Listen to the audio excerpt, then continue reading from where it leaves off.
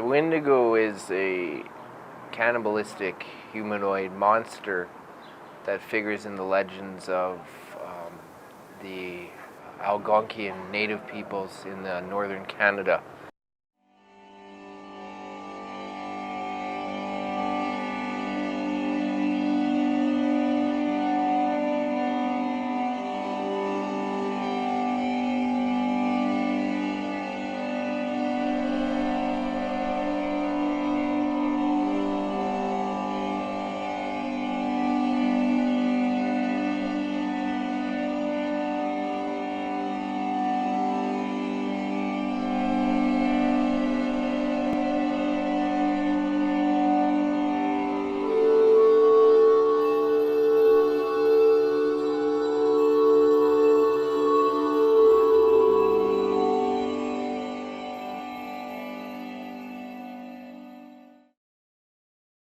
In 2008, I was interviewed by a local newspaper to look at my investigations into the Wendigo phenomenon, both the legend and the historic cases that had occurred.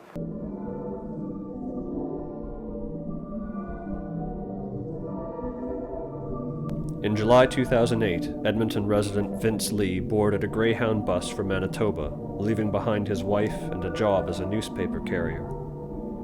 With a history of mental instability and repeated episodes of wandering, Lee's wife was accustomed to her husband's behavior. He stayed overnight in Erickson, Manitoba, where he slept on a park bench and sold some possessions to a local boy. Then he boarded another eastbound bus the next day, and outside of Portage-la-Prairie inexplicably attacked a fellow passenger, Tim McLean. Other passengers fled in panic and barricaded him inside the bus until police arrived. During a long standoff with RCMP, Lee was seen beheading his victim and cannibalizing parts of his body before finally giving himself up hours later. The story that followed made international news. Lee was found with parts of his victim's ear, nose, and portions of the mouth in a white bag in his pockets. Witnesses described him as 6 feet tall, 200 pounds, with a cool, calm demeanor during the entire event. During his initial court appearance a few days later, Lee was mostly silent, except for muttering the words, "Please kill me." It was a small town just outside of Winnipeg. It was a public transportation in North America, in one of the safest countries in the world, and this event happened, and it's not an isolated incident. It doesn't happen too often, but it does happen. I took it seriously enough, this Greyhound bus case, that I myself realized the similarities between what I had put in a newspaper article and what subsequently happened. Yeah. I took it seriously enough that I ended up phoning the police, the RCMP, in Portage-la-Prairie, where Vincent Lee was being held at the time, and did in fact tell them he had previously delivered a newspaper in which just about everything that played out on that bus had been mentioned. As details emerged about Vince Lee in the following months, one thing stood out for Nathan Carlson. Vince Lee's last job before he left Edmonton was as a newspaper delivery man for both major Edmonton newspapers. One that was mentioned was the Trout Lake incident of 1896. In Trout Lake, in northern Alberta, a man who claimed to be possessed by a Wendigo made a request to his family. "Please kill me."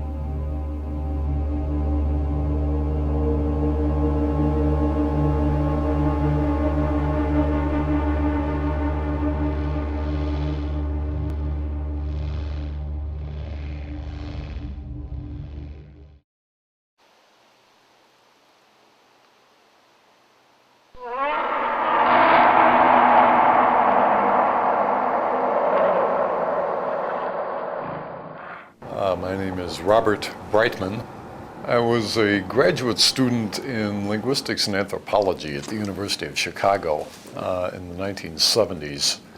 and encountered reading materials pertaining to the subject in a course I took with one of my professors there on Native American people. A kind of being recognized by the in many Ojibwe and Cree-speaking communities of Canada, and now we're talking all the way from Quebec, Labrador on the east out to Alberta and even BC on the west now. A category of beings which existed in an earlier condition of the world, sometimes not always gigantic and cannibalistic or anthropophagous, monstrous in the sense that they ate human beings. Wendigo is a legend that dates back to the earliest written records in Canada and was often portrayed as a monstrous cannibalistic creature that was unstoppable. It was often attributed to coincide with famines, and manifested itself as a condition where people believed they were possessed by this monster or cursed by someone wanting to do them harm. This condition occurred many times across the country in the sub-boreal regions from Quebec to Alberta and parts of BC. In recent times, most notably in Alberta, where it was so extensive that curfews and numerous Salem-style trials took place in remote communities. The last recorded case was in the 1960s. Secondly, we're talking about a belief which begins to be attested in the 1600s, 1700s, 1800s, that as a result of a tragedy of one kind or another, a human being can become like one of these monstrous cannibal beings, transform into one, whereupon it loses a human identity, it eventually loses the power of speech. It begins to perceive human beings, including members of its own family, as game animals, a moose, a beaver, a ptarmigan, whatever it may be. And the idea would be that if such a being is allowed to proceed along this course, it will become increasingly powerful. Eventually, it will kill and devour the people with whom it's traveling or with whom it's camping. There have been many representations of Wendigo in comics, books, television shows, and movies which focused on the supernatural monster aspect, similar to the Sasquatch legend, but there was a time when this was a serious problem, in the late 1800s. There are some cases in the UK that describe creatures that are sort of similar to the archetypal image of the Wendigo, with their sort of large and human-sized, sort of hairy. As far as I know, the Wendigo legend is very much a Canadian, native Canadian one, and the fact that there were a lot of Scottish fur traders around perhaps didn't really have a lot of. There's no obvious evidence of cultural transmission there, so far as I know. So I think that you have got a fairly unique case there. But what we can compare it to certainly are sort of other cases in which people were supposedly possessed. Things were still happening here at the very time when the missionaries were here. So we have evidence of the whole process, how it played out. One of the cases mentioned in the July 20th newspaper article was about a Cree trapper by the name of SwiftRunner. SwiftRunner was the first person in Canadian history to be executed by the Northwest Mounted Police, who later became the Royal Canadian Mounted Police. SwiftRunner was convicted for murdering and cannibalizing his wife and 5 children. The 6th child had died of starvation. It was never confirmed, but it was believed he also may have murdered 2 others close by, totaling 8 victims. When he was arrested, he claimed that it was because he was possessed by a Wendigo.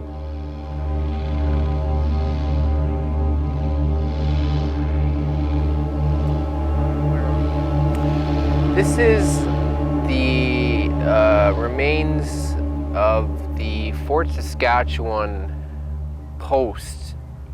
It was built for the Northwest Mounted Police when they first came into what was then the Northwest Territories, now in the province of Alberta.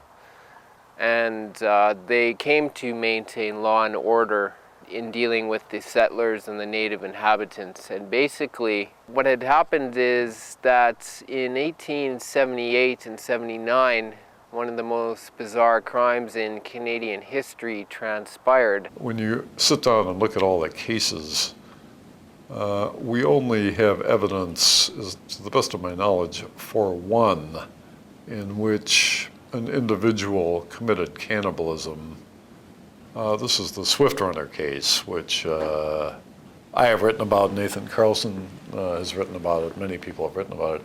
This is an individual who killed and ate the members of his family in a circumstance both in which there was game available to him in the area of the bush where he was trapped, and he was also within a day's travel of a Hudson's Bay Company outpost. So there's no explanation for this other than some kind of mental disorder. He had claimed that all of his family had perished from starvation the previous winter.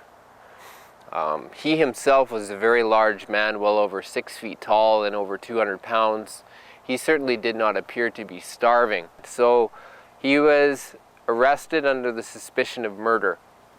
The police officers at the Fort Saskatchewan apprehended SwiftRunner and brought him to where his camp was. And he would continually lead them off the track to where his camp was the winter of 1878. But finally he gave in, and what they had found was a series of bones, the remains of his family littered around. This evidence, when collected together, had established that SwiftRunner had volitionally murdered his family, his wife and his children, and had consumed their bodies. SwiftRunner didn't commit these murders in the presence of anyone who survived them. As far as I know, I mean, although he showed some interesting symptoms, screaming fits and night terrors and so on. The connection to the Wendigo was actually made sort of subsequently. It wasn't particularly something that was raised, as far as I know, at the trial. It turned out during the course of his trial, he was found to be guilty of murder of these numerous individuals and was sentenced to execution by hanging. SwiftRunner was actually the first person executed in Canada under the jurisdiction of the Northwest Mounted Police. The news about SwiftRunner's horrific deed reached far and wide. In a similar fashion to the Vince Lee killing, the media focused on the more lurid details. American newspapers printed stories of a savage cannibal who laughed in the courtroom while describing eating his family, but this was far from the truth. To develop something called the Wendigo psychosis and attribute it across the board potentially to Algonquian people, again from BC on the west to Quebec Labrador on the east, on the basis of this one case, something a little bit out of proportion here. So we have this one case that is verifiable. Yeah. A number of other cases that we can't substantiate. If we take them as truth, then we know for certain that Wendigo cannibalism was a reality. Yeah. This is the one case that we do have that establishes this as an undeniable fact. Yeah. So when you put those facts together, it suggests that there was Wendigo cannibalism. Yeah.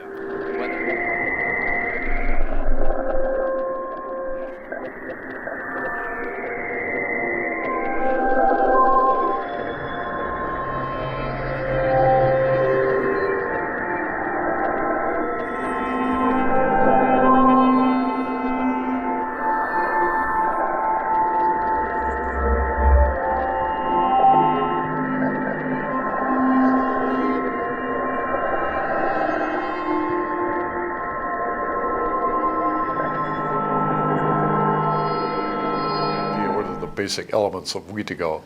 Well, it's the idea of a cannibal monster. It's the idea that a human being can turn into it. And then finally, the Wendigo or Wendigo psychosis. Wendigo is Ojibwe. Wendigo would be Cree in most dialects. There could be some differences. Finally, the belief by anthropologists that some Algonquians underwent something called a Wendigo psychosis, where the belief system somehow caused them not only to fear becoming such a monster, but to actually develop cannibal urges and then to act on them, to kill people and eat them. When you got people that are acting very, very strangely, and this, what appears to be like a psychosis, becomes contagious. You could say one thing and make an argument if you said, well, these two people are related, so maybe if there's schizophrenia, maybe there's a family history of schizophrenia. But when these people are unrelated, then it really makes you wonder, how is a mental illness get contagious? How are psychoses passed from one person to the next? So it really makes you wonder then what this really is. Is there one thing that this is, or are there many things? One of those particular cases happened to be the one that transpired and ended here at the Charles Camsell Hospital. The one place we know of where a Wendigo woman, or a woman who believed she was being possessed by the Wendigo spirit and had all of the associated symptoms with that, and was held here.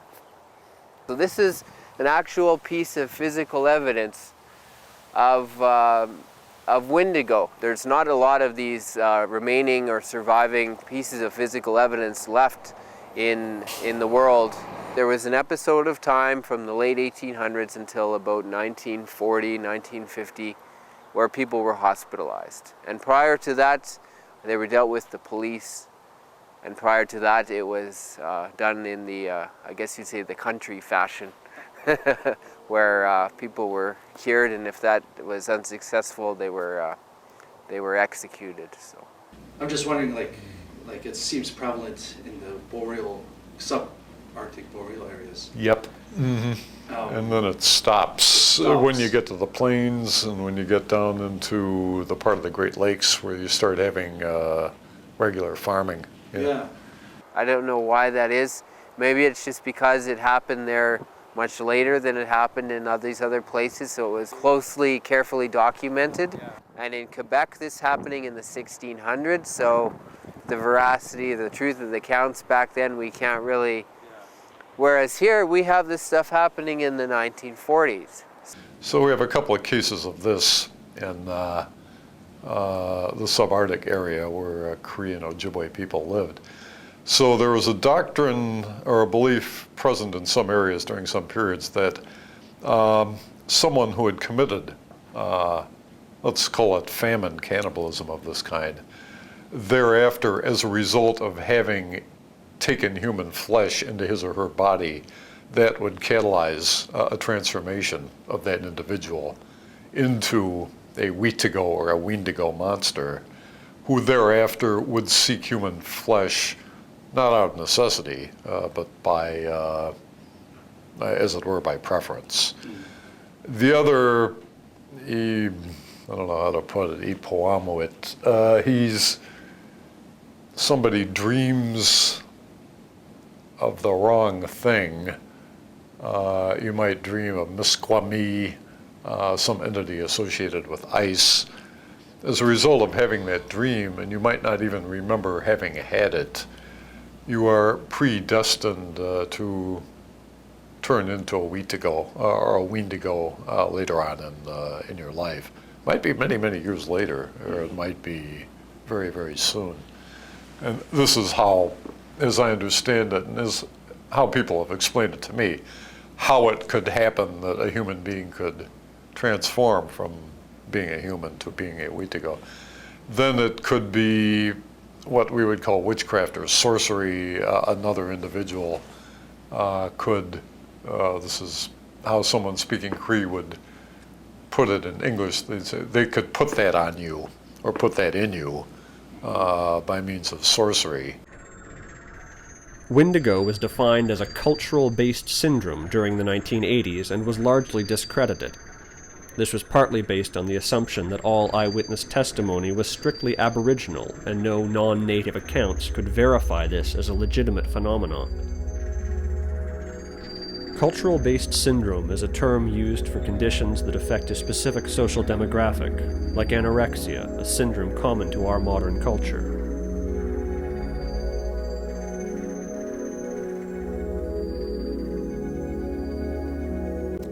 Sure. I'm Dr. Leah Menace. I'm a forensic psychologist with the University of Alberta. When we start talking about how mental disorders manifest in different cultures, it leads to this issue of culture-bound syndromes or culturally specific mental disorders. I don't know if there is a state of the science on that issue, whether these are specific, unique disorders that occur only among certain cultural populations and are unique to them, or whether they are manifestations of other disorders that are documented in other places but are somehow shaped by the cultural or social contingencies that the person is in. And there seems to be some good evidence that that can happen. Anorexia nervosa, for example, is a disorder that is or has been relatively unique to North America and Western Europe. And we can speculate about why that is, and an increased emphasis on physical beauty, superficiality, media messages, and the degree to which television and news media have sort of infiltrated people's lives in those cultures. So it would make sense that if there was going to be an underlying, say, anxiety disorder, that it might be shaped in that direction by the crucible of the culture that the person is in. I would say that it probably wasn't very well thought out. It fit into an ongoing research program at the time, which was, you could sum it up, the study of the culture-bound psychiatric syndrome. The idea that societies with unique cultures have perhaps unique categories of mental illness, and it was assumed that Wendigo or Wheatigo fit into this. And in the 1980s, there was pretty much a consensus that Wendigo was discredited. And that basis was founded on the assumption that the native people who were experiencing this phenomena could not objectively report it fully. And so what was needed was somebody from a non-native cultural background who wasn't within those cultural boundaries or those premises to objectively report what was going on. And the claim was made that no such records existed. So in the early 1980s, Wendigo was shelved away as just a peculiarity, and it was considered discredited. Off the top of my head, my knee-jerk reaction is it would be difficult to exaggerate the strange ideas that white people can come up with about Indian people. And this may be one example of this, that there's something in the culture of Ojibwe and Cree people which has the power to cause people, whether or not they're suffering from something we'd consider to be a mental disorder, to develop not just a fear that they're going to turn into a cannibal monster, but actual cannibal desires, and then to act upon it. So I think it's not a pleasant thing to acknowledge, but I think there's an element of crypto, I don't know if I'd call it racism, but I suppose that's as good a term as any. I mean, obviously there are lots of types of phenomena which are very unique to sort of certain place and time. I've never found anything which is at all similar to the Wendigo in the classic Canadian folklore anywhere else. So I think that's a good example of a story which has enough very unique elements to make it quite locale specific. And there are similar cases. I mean, for example, in Africa, there have been quite a few really peculiar panics in Western Africa involving people's belief that sorcerers can turn themselves into big cats, typically leopards, and then will prowl through the jungles, and if they encounter human beings, they'll leap on them, tear them to pieces, and kill them. But in a way typical of a leopard rather than a human being. So murders involving sort of extreme violence are sometimes explained by the existence of man-leopard societies, as they're called, which are sort of groups of sorcerers getting together to actually transform themselves into animals. Similar, I suppose, in a sense to the werewolf legend, only in this case it's a sort of deliberate transformation which sorcerers do for specifically evil purposes. And that it seems, I mean, I've encountered cases of this in Nigeria, in Liberia, and in Sierra Leone. So they're all West African, and they seem to be unique to that one area, but they're quite widespread within that area. And again, have been occurring until relatively recently. I mean, the most recent man-leopard panic in West Africa took place in Nigeria after the Second World War, in about 1948-49. Another which is really interesting is Koro. I don't know if you've come across that. No. Koro, which is specific to China, Malaysia, Indonesia, and it's a disorder in which the underlying concern is anxiety, but the person with relative brief onset becomes hyper concerned that their genitalia are receding into their body, and it's particularly among men, but also to a lesser degree among women, where they believe that their genitals are shrinking, are being sucked into their body. They may engage in behaviors to prevent that from happening and end up mutilating themselves in the process. But the interesting thing about it is that it seems to occur in countries where fertility and patriarchal lineage is a very highly valued commodity. And so you could make the argument that there's an underlying sort of pool of anxiety there that might in another culture manifest in a different fashion, but in that particular culture, that is one of the values or concerns that is held dearly, and that's sort of the window through which it becomes manifest. Scholarship later on in the 1980s came up, and certain documents came up that showed first-hand eyewitness testimonies from Euro-Canadian people who were saying the same things about Wendigo. And so when you looked at their reports in comparison with the Aboriginal people's reports, and you put these together, it's statistically astronomical for it to be a coincidence. So we can say now with, I would say with 100% certainty that this was something real. The so-called Wendigo psychosis, I'd like to say right up front, I don't think that's the appropriate vocabulary word. I'm not sure psychology or psychiatry necessarily has an appropriate vocabulary item to refer to this yet, so I'm just going to leave that open. What it was is an understanding on the part of primarily anthropologists that as a result of this belief system, as a result of the belief that human beings under certain circumstances could turn into Wendigo cannibal monsters, the idea would be that individuals who are experiencing symptoms of what we would call mental illness, mental disorder, and this could be psychosis, schizophrenia, neurosis, what have you, might interpret these symptoms, whatever they might be, hallucinations, anxiety, whatever, they would interpret them in terms of stories or knowledge current in the community about human beings turning into Wendigo. Auditory hallucinations are the most typical type of perceptual disturbance in schizophrenia and psychosis. So hearing people either, sometimes it's just commentary on what you're doing. It's like there's a narrator. Yeah. Oh, now he's walking to the coffee machine. Now he's pouring a cup. And maybe that narrative is judgmental. It's saying nasty things about you.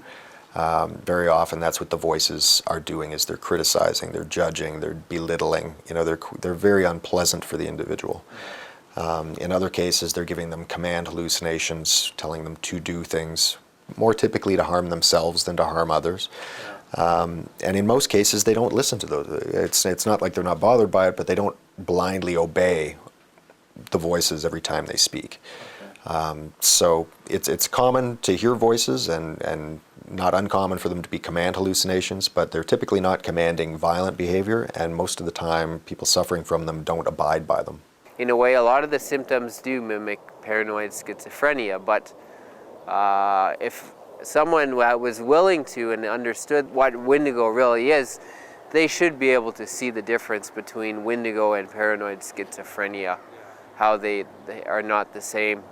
Well, I mean, that's not atypical in schizophrenia, is to have visual hallucinations, see things that other people don't see in the room, or hear things that other people don't see in the room. Yeah. And in severe enough depression, you'll hear people describing sort of visual hallucinations, but not as crystallized or specific as the ones I was just describing. It's more like seeing shadows moving out of the corner of their eye, or in the darkness they see figures moving. Mm-hmm. So I mean, that's not out of the realm of sort of typical symptoms, but making it specific to animals, I mean, it could be, but it's not specifically that.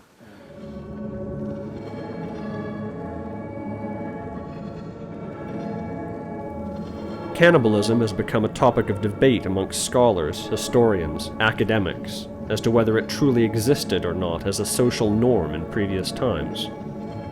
It was often used as a blood libel, written into text to depict certain cultures in a negative light by labeling them as cannibals. Blood libel dates as far back as the written word, but recent findings show early Homo sapiens and Neanderthals may have practiced volitional cannibalism. Wendigo cannibalism was a historic reality. It was something that was committed in the SwiftRunner case, is the one case that we know of that confirms it. We wouldn't have any real evidence otherwise. It's not likely to get evidence of cases where cannibalism was committed, because just by their very nature they wouldn't have been able to have been reported by someone with a pen and paper. Yeah. Because the people would have been in emergency crises. Yeah. So any information that would have been recorded after the fact. So we have this idea not only of this monstrous category of beings, but that human beings can turn into them. Okay, how? A number of different ways. The two most commonly discussed would be, there are occasional incidents in the records of what gets called informally lifeboat cannibalism. It's cases where individuals in a food crisis will use the body of one of their deceased companions as food in order to survive. Events like this are attested, I think, in all conditions of society. The story goes, and here I believe is the logical problem. The anthropologists and others who wrote about this, and we're talking in the 1950s and 60s primarily, into the 70s, suggested that such individuals then began to actually experience cannibal desires. And there are various, in my opinion, rather far-fetched, but these nonetheless exist.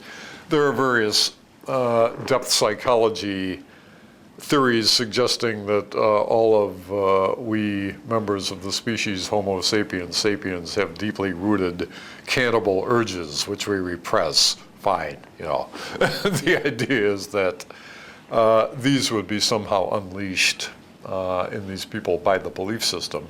As a result, some of these people not only feared becoming a cannibal monster, but they developed cannibal desires, cannibal urges, and in some cases acted upon them. Ergotism, a condition related to a poisonous fungus found in rye, had impacts on European society similar to Wendigo. Victims often experienced convulsions, hallucinations, and a sensation of burning around the limbs which led to gangrene. The symptoms were often attributed to witchcraft or possession, and there were cases of executions of victims due to these beliefs. For ergotism, there was never any reports of cannibalism, but behavior attributed to people under the influence of drugs leading to cannibal tendencies makes it possible Wendigo was a physiological condition due to poisoning. In areas of the world where cultural practices involve hallucinogens like ayahuasca or peyote, there are increased reports of a condition called lycanthropy, a very rare psychological condition where a person believes they are turning into an animal. It's believed the myth of the werewolf may have been derived from cases of mental illness and symptoms of lycanthropy. One theory is that a person uses an animal state of mind to express their homicidal desires. The guilt drives them insane, and stress triggers a semi-permanent animal state of mind. These are very rare cases. I can't honestly say I've seen one myself directly in practice, but in those cases I would expect they are not growing up in normal environments with normal behavior, and then all of a sudden at the age of 20 or 25 they are afflicted with this sudden penchant for sex that involves consuming people or violent behavior sort of thing. So they're probably coming out of environments where they have inconsistent parenting, quite possibly neglect and physical or sexual abuse. They may have been sexualized at a young age through abuse. But again, these are very, very rare cases, and so you really probably would have to look at it on a case-by-case basis. Court psychologists dealing with Vince Lee later revealed that he was suffering from hallucinations where he believed his victim was a demon. As for Lee's cannibalism, the only explanation is that by eating his victim, he was preventing the demon from escaping. Other famous cases of cannibalistic killers, such as Jeffrey Dahmer, explain it as being closer to their victims. In a bizarre coincidence, one of the other patients in the same facility as Vince Lee, a man by the name of Dean Ride, was convicted for cannibalizing his wife in Winnipeg. In interviews, he also described it as being closer to her. In cases of psychosis triggered by hallucinogens, often the hallucinations sound similar both to Vince Lee's reasoning and to historical cases of Wendigo. On the 3rd anniversary of the Greyhound incident, another murder occurred in Manitoba where a woman was found beheaded. Could something so severe trigger a chain reaction of psychosis? That's the thing about this. Whether or not he did have this condition from a semiotic perspective, or in terms of meaning, or in terms of a category, he certainly most would be a Wendigo. But 100 years ago, they would have called him a witch if he was living in northeastern Massachusetts, if he was living in African culture. And we still see this even in Canada in psychiatric hospitals with African immigrants who have mental illnesses or psychotic breaks here. Very often the content of their delusional beliefs center around someone having put a spell on them, that they cannot be successful in life or in love because somebody has put a hex on them in some way, shape, or form, and that they have to behave in a fashion that will undo the hex, whether it's some symbolic behavior, whether it's aggressing against the person who they believe is responsible for it. So I think that's where context and culture comes into play, is that your circumstances both help to dictate what the content of your psychotic process is going to be. People in the U.S. who are paranoid schizophrenics, most of them are probably not worrying that CSIS, the Canadian intelligence agency, is spying on them. They think the CIA is, right? Okay. So they fill in the blanks of a delusional thought structure with that which they're familiar with. The Hammersmith ghost, where for a period of 2 or 3 weeks, Hammersmith, which is actually where I live in West London, had been plagued with reports of a ghost clad in white scaring passers-by after dark. And at that time, Hammersmith was just a village. There were no street lights, and it was very easy to be scared in that way. Somebody talked about this in the pub with a man who was an excise officer who happened to own a blunderbuss. So he went out patrolling, looking for the ghost, and when he saw a figure clad in white coming towards him, he challenged the ghost, or as he thought it was, and when he didn't get a response, he raised his gun and shot and hit the figure in the face. And it was actually just a bricklayer who, because of all the dust, bricklayers in those days used to wear sort of all white outfits, and he'd been going home from his work totally innocently and was shot dead. And again, a very similar thing happened. The guy immediately handed himself in to the police, confessed what had happened. He was tried, convicted of murder. I mean, the jury wanted to convict him of manslaughter, in fact. The judge directed that wasn't possible in this case. They had to convict of murder, but the prerogative of mercy would apply to the Crown. And literally the same evening, which is unbelievably quickly, actually, the King granted a pardon, and he ended up only spending 6 months in prison as a result of this. So again, the same legal principle is being applied here. If you sincerely believe that the thing that you're attacking is not a human being but a ghost, you can't be found guilty of sort of premeditated murder.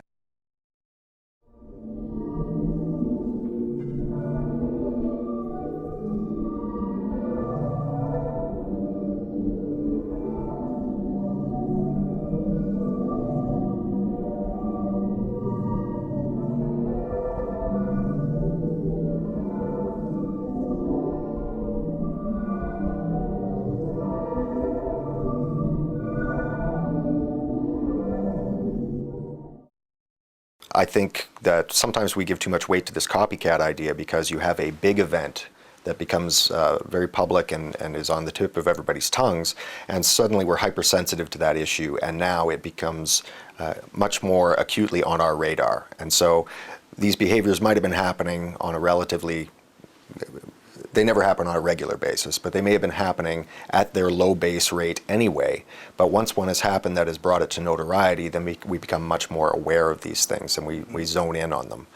And I think that factors in quite a lot, particularly with school and workplace violence, major domestic violence like murder-suicide type events. And we look at it as though it is a unique event, but in fact it is not. These things happen quite typically. This just happens to be a single incident that for whatever reason has grabbed the public's attention.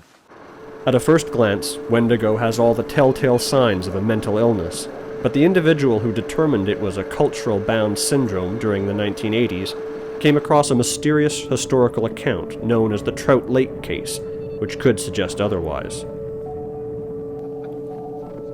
Among eyewitness accounts documented from northern Alberta were strange symptoms which suggest a legitimate physiological affliction beyond a mental disorder. We traveled north of Edmonton to investigate the area this bizarre event occurred.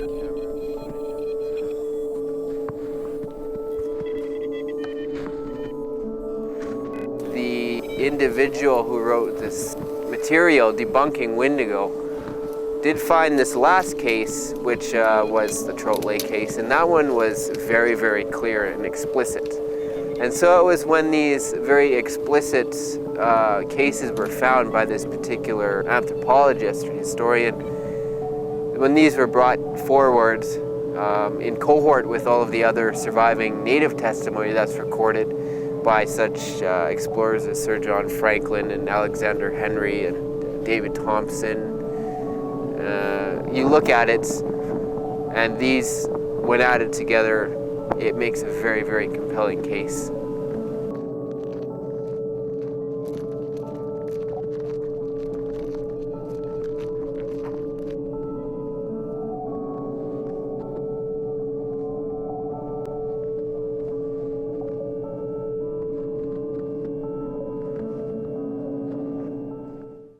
That's all that remains of a person. Does anyone even know who that is? When Nathan came across this case, as well as the report of the Wendigo prophecy and the resulting execution of a suspected Wendigo, he was shocked to find those involved were his own ancestors. Oh, here she is.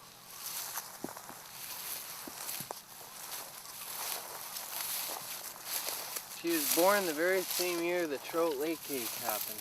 Oh, really? This is my great-grandmother.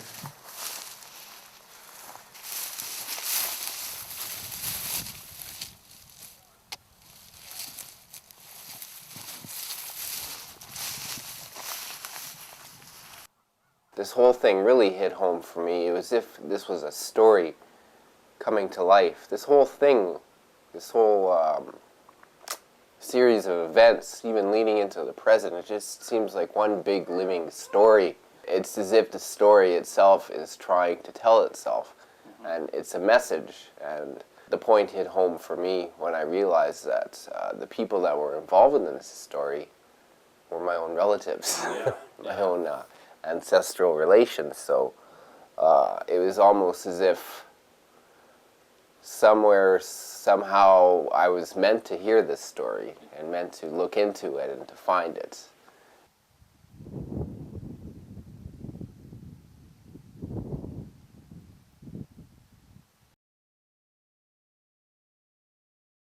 In 1895, a medicine man in Alberta foretold of the coming of the Wendigo, and the community at Trout Lake erected a totem to protect the village from its influence. A priest, convinced it was merely superstition and eager to convert locals to Christianity, immediately took down the totem to prove a point. Shortly after arrived a man named Napanin, who came to visit his father, but tragically succumbed to a frightening condition that drove him insane. Francis Beaton, a local Hudson's Bay employee, witnessed this event and wrote it down. The following are excerpts from his letter. Trout Lake, January 3rd, 1896. Man arrived here today from Wabasca Lake who seemed to me to be crazy. The man's name is Napanin, but he saw the devil come to him.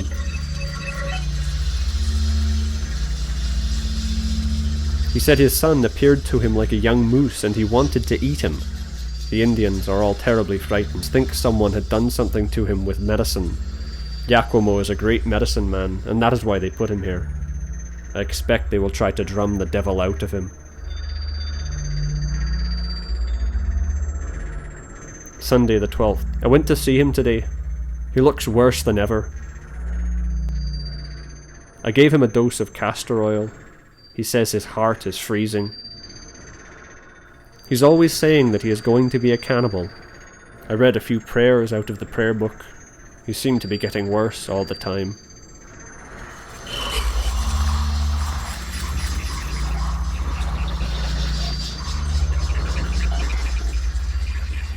He does not look like a human being. He seems to be terribly swollen in the body and face. I do not know how this will end. The sight of him is enough to frighten any person.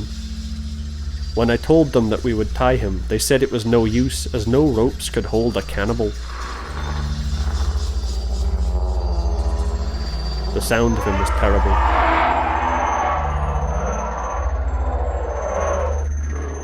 He was calling like a wild bull. We tied him with the ropes, and I left them to come and get more rope, but could not find any that was of use.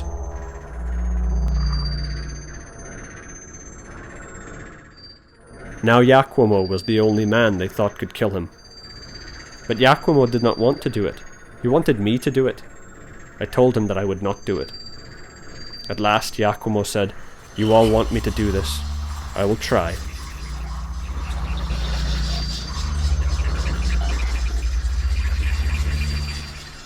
He then took the axe. I went to the door. I seemed terribly frightened. I came back again. He had already struck him on the head once with an axe. Napanin was executed by beheading and buried under a pile of logs to prevent a resurrection. News spread fast to other communities and a panic set in, causing starvations from fear to enter the woods to hunt and trap. From as far as I can tell, this is where Mr. and Mrs. Auger would have arrived, the direction that they would have arrived from, somewhere in here, coming up from Wabasca. So somewhere about 15-20 miles into that woods over in that direction, that's where Napanin, where Felix said he claimed to have seen the devil. It happened somewhere in there, and they would have headed in from that direction at their last camp. There was some kind of clearing in there, and came up through here, and then hence arrived and went over to where the post was originally back in 1896. It's really it really does give a sense of the magnitude of this story and the journey that they took. And whatever happened, something strange happened in that forest over there, and it's you never know where it did happen, and I'd probably best keep it that way. I don't know if I'd ever go into that area where whatever it was he saw was, but that's where it is. That's where it was.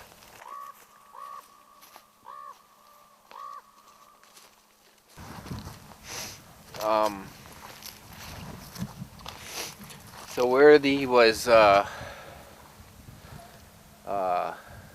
cabin where he was placed was back over in that direction, and they had, after they'd killed him, brought him over somewhere in this locale and laid the log pile, and it was at least there till the 1940s. I know my own grandmother had seen it.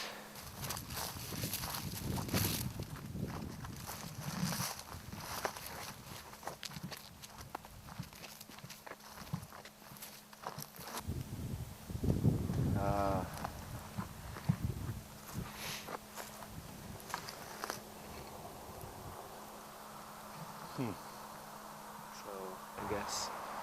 So, of course, the original logs are gone, but this would be the site. Even a simple pile of logs out in the middle of the forest can have a very ominous and very significant meaning if you know what it represents.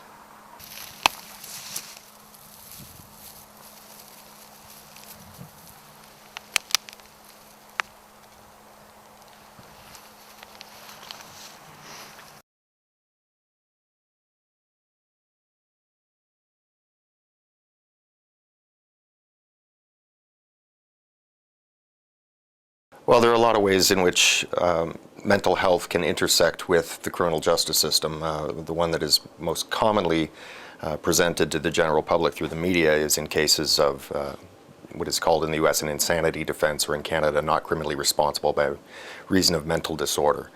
And it's based on the legal premise that for most crimes, it's not enough just to have committed the crime, but also the individual must have been able to formulate intent to commit the crime in order to be held responsible for it. And this is where mental health professionals become involved to assess those individuals to reach some sort of determination or opinion about what their mental state was at the time that they committed the offense. People see it as a get-out-of-jail-free card, right?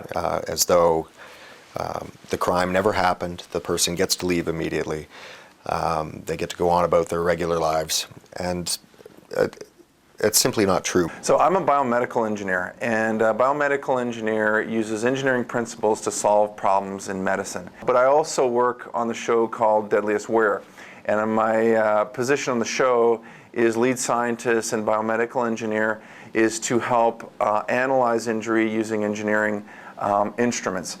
And so I've dealt with people like Israeli commandos, Navy SEALs 20, 25 years in, and looking at the techniques that they'll use wielding a blade and things like this. So when I'm speaking here today, that's the expertise that I'm using. I'm not a psychiatrist, I'm not a psychologist, but I have done a lot of reading in the area of the psychology of killing for combat and in combat endeavors, and how to prevent PTSD in warriors that we send to combat, things of this nature. And I can tell you that from my experience and from my knowledge, whether or not, how he felt about that person, I think there's a part of his brain that realized that this person was a low-risk target. He was a 120-pound boy. He was sleeping. He was right next to him, so it made it easy for him to trap him. He wouldn't see the first strike coming. There's a low likelihood that he was going to be able to fight back after the first strike. And I think all these play, whether or not he's paranoid schizophrenic or not. That's not what I'm here to argue. I'm here to argue that I do believe that there was a part of his brain that knew that this was going to be an easy target, and I don't think there was an accident there. And I think there would have been other people within arm's reach. I think those people probably weren't sleeping. They probably weren't 120 pounds. Probably were larger males, and perhaps had the essence of being a harder target, so to speak. It's often noted that Vince Lee was described by eyewitnesses as 6 feet tall and 200 pounds. When his image was released, public opinion was that he appeared smaller. Reporters who were present during the Lee proceedings state that he was in fact close to the height and weight that eyewitnesses conveyed to the media. Within a span of 30 minutes to an hour, Lee did extensive damage to Tim McLean using only a Bowie knife, which he used for the beheading. One theory was that Vince Lee perhaps had some military training, and that he achieved things beyond the scope of a normal person. So I had the opportunity to read your summary, and there's no question that 20 minutes is more than enough time to get the job done. And in the videos that I've seen, these guys were using blades about that long and curved away from the point of impact, and it took them less than 3 minutes to get the head off. And so 20 minutes with a Bowie knife is more than enough time. We did have a Bowie knife on the show, on the Jesse James character, and it went through bone, it went through cartilage, it went through tendinous tissue, it went through basically anything we put it up against, and the blade itself was such that you could get a two-handed grip on it, and you could do horrendous damage with it, and there's no question. So it's not, considering that he had one of these, that it's not considered out of the norm for the damage that it did in the amount of time? No, and I mean, these weapons are available in surplus stores and things of that nature, so they are readily available, and like I say, I think if you want to take somebody down, you can take somebody down with a pen.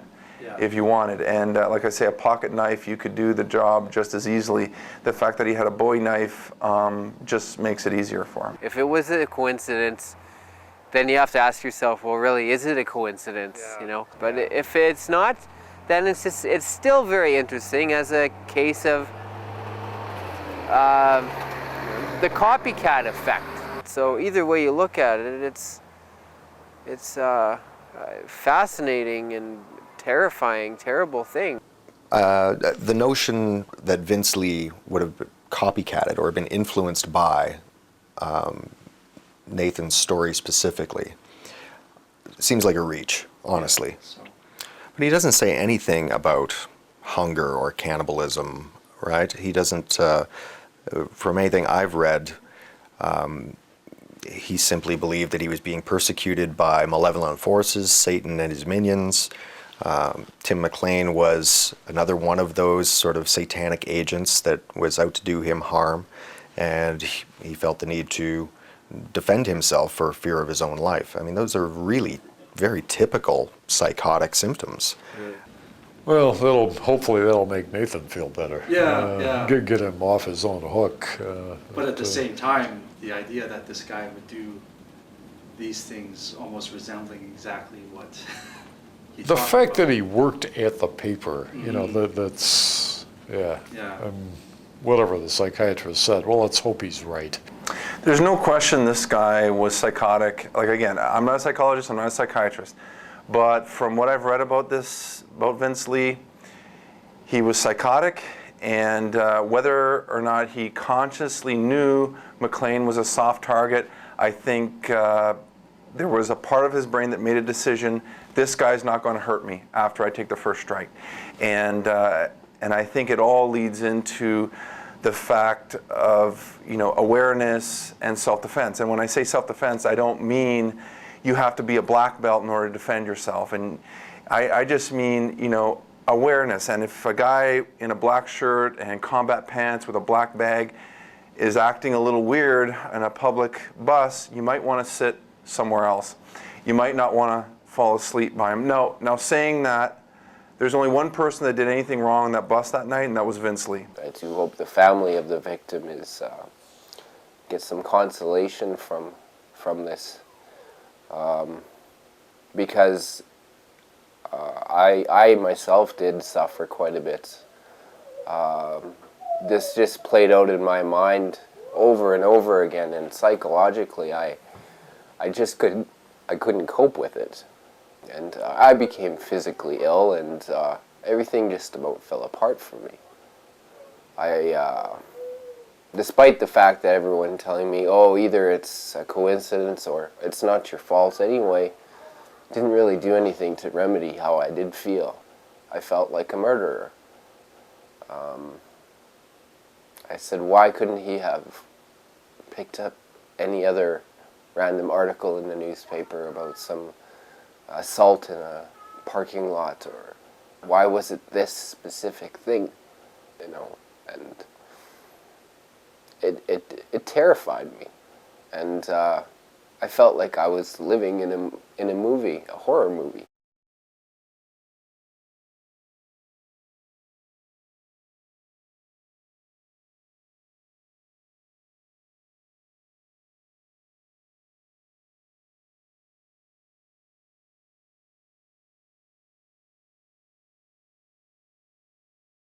To understand the significance of the Wendigo prophecy, we have to understand the social and cultural context.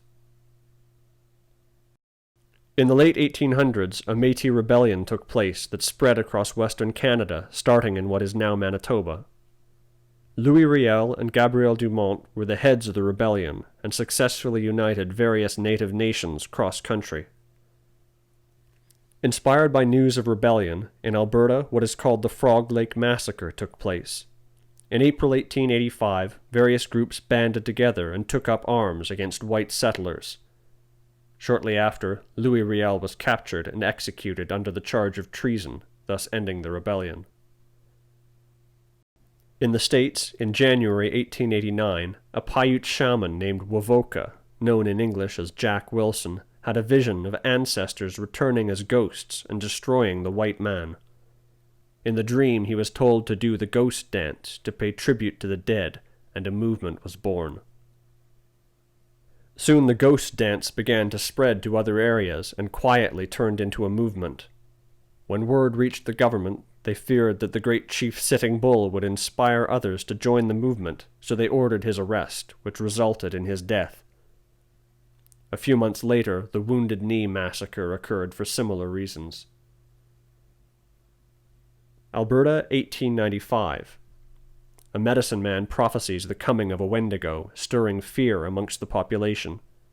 He warns that their way of life was being threatened by the church, and to save themselves they would have to subscribe to his traditional movement and teachings. Soon after, Napanin arrives in Trout Lake in 1896 and terrifies everyone as they believe he was the Wendigo anticipated in the vision.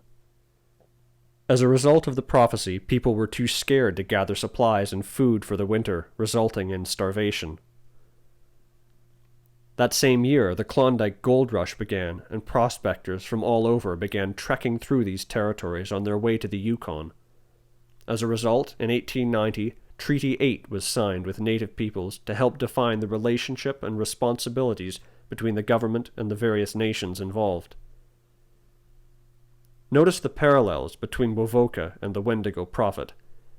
Both saw the indigenous way of life threatened by encroaching values in their territories. Both were preceded by violent revolts against the white man, and both were quickly crushed by the government, causing a great sense of tension between the various groups. Both uttered a prophecy which resulted in dire consequences. The gold rush mirrors what is occurring now in northern Alberta with the tar sands, as this is a contested issue. Issues such as climate change, the economy, and the oil rush bring to mind similar events in the 1800s. Could it be that volatile social conditions are a trigger for those with mental conditions? Nathan Carlson mentioned the prophecy in the newspaper article, which was followed by Vince Lee's actions on the bus, which in effect was a 100-year-old chain reaction to a prophecy. If Vince Lee did read the article, we don't know. It does seem to be very, I don't know what the phrase is, self-reflective. Yeah. It's, you have this declaration, in 1895, and culminates in this event, in this beheading, and mention of Wendigo possession, and talks of a cannibal threat.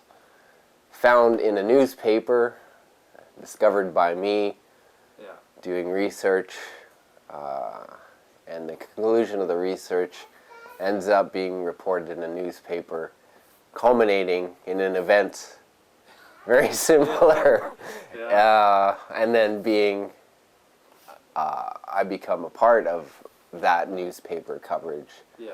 It's very strange Yeah. how that works, the whole thing. Yeah. I'd say that if anything, whether or not there's a spirit we can objectively call Wendigo or not, I believe more in the fact that stories, events have meaning. And I believe more in the life of this as a story than I do in the life of a monster. I invite anyone who is skeptical about this to read into it, either into my own papers or to the papers, the research of people who've came before me. Yeah. This is what I do for a living. I study injury. I'm a black belt. And it's, you hear about these horrendous acts, and not that, I wish I was there. It's just like, please be aware of these things, and please feel the responsibility to empower yourself to go do something about it. And I'm not saying, go buy yourself a 9mm. I'm not saying, train in the various martial arts for the rest of your life. I'm saying just pick up some basic principles that drastically improve your chances of survival. I haven't heard anything about it, and I don't pretend to be an expert on it, but I haven't heard anything about it that deviates all that greatly from our typical conceptualizations of mental illness. The cannibalism aspect does separate it from most psychotic disorders, but we're not talking about waves of individuals. We're talking about isolated cases here and there, reported very retrospectively, and within that we'd have to tease out the folklore, the parable sort of aspect of it, that this would have been a very real concern in northern and isolated communities, that starvation was going to become an issue, and if it did, then this was going to be the outcome of it. So I think there are a lot of different factors that sort of shape the legend around it, but the behaviors that are being described, including the sort of lead up of withdrawal and being troubled by intrusive thoughts about eating other people, and seemingly in a context of increased stress due to the limited amounts of food and the genuine possibility of starvation. I mean, these all sounds like things that they don't deviate that greatly from our traditional sort of views of schizophrenia or other psychotic disorders. Here in Portland, you're in the Wendigo capital of the Northwest. There are people beginning to study, not just in anthropology, but in other disciplines as well, history and literary criticism. Study this from many, many angles. I'm just happy that a lot of smart younger people are getting interested in it again. And also I'm very happy that they're beginning to take it seriously as a kind of cultural, historical problem, and not dismiss it simply as kind of a delusion of scholarship or as a scapegoating mechanism by Algonquian people. It's much more complicated and significant than that, and I'm just happy younger scholars are continuing to pay attention to it. So I look to read more and more interesting things in the future. So yeah, I mean, there are a lot of places where these stories of transforming monsters and so on are take a very different form and a very unique and localized form, and yet you can still see similar sorts of patterns of belief underlying all of them, no matter what the territory is. And I think that's what makes them fascinating, really. Yeah, we know where we are. We can see where we have to come in and get to you, but we just have to get there. Yeah, we're going under the bridge right now, and we might have to drum through a bit of bush, but we'll be there soon. Letter to his brother. It's a very long letter. He said I can't account for it. He said I can't account for it. Wow, so we found it here. Okay. Fort Saskatchewan Jail Cemetery. The original jail cemetery was located south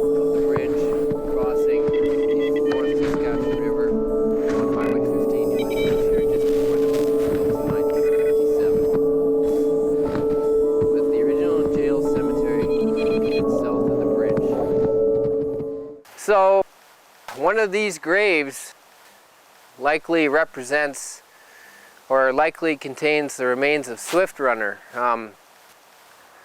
the Canada's first serial killer. So unbeknownst to a lot of people, I guess here is the site of a Wendigo.